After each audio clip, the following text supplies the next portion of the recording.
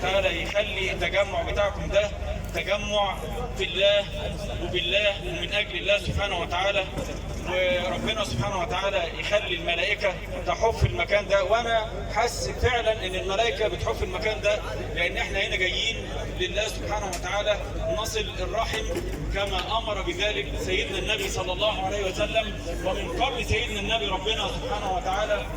وفي عدة حاجات عاوزين نتكلم عليها في الاجتماع ده.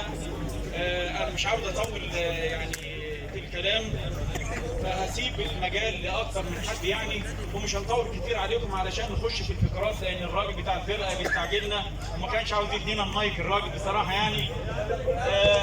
حقيقي يعني ما كانش عاوز يدينا المايك يعني، ولكن احنا رخرنا عليه. على فكرة ده احنا أصحاب الفرح، وهجيب لك الحاج بدوي ياخد منا المايك غصب عنك يعني. فالراجل طبعا ايه لما عرف ان احنا هنجيب الحاج بدوي فخاف، قال لنا لا انا مش قد الحاج بدوي فاداني المايك يعني. دلوقتي هدي المايك لاخويا انتشار صدقي علشان يقول كلمه.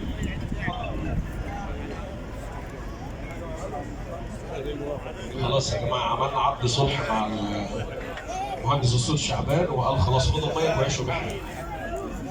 اي خير. بنرحب بجميع الساده عائله العطار الممتدين لنسب رسول الله صلى الله عليه وسلم. حضرة النبي صلى الله عليه وسلم قال: كل نسب منقطع إلا نسب وصهري، فهنيئا لمن انتسب إلى النسب الشريف ومن حمل النسب الشريف. وعائلة العطار من ضمن هؤلاء اللي شالوا النسب الشريف وينتسبون إلى سيدنا الحسن ابن سيدنا الإمام علي.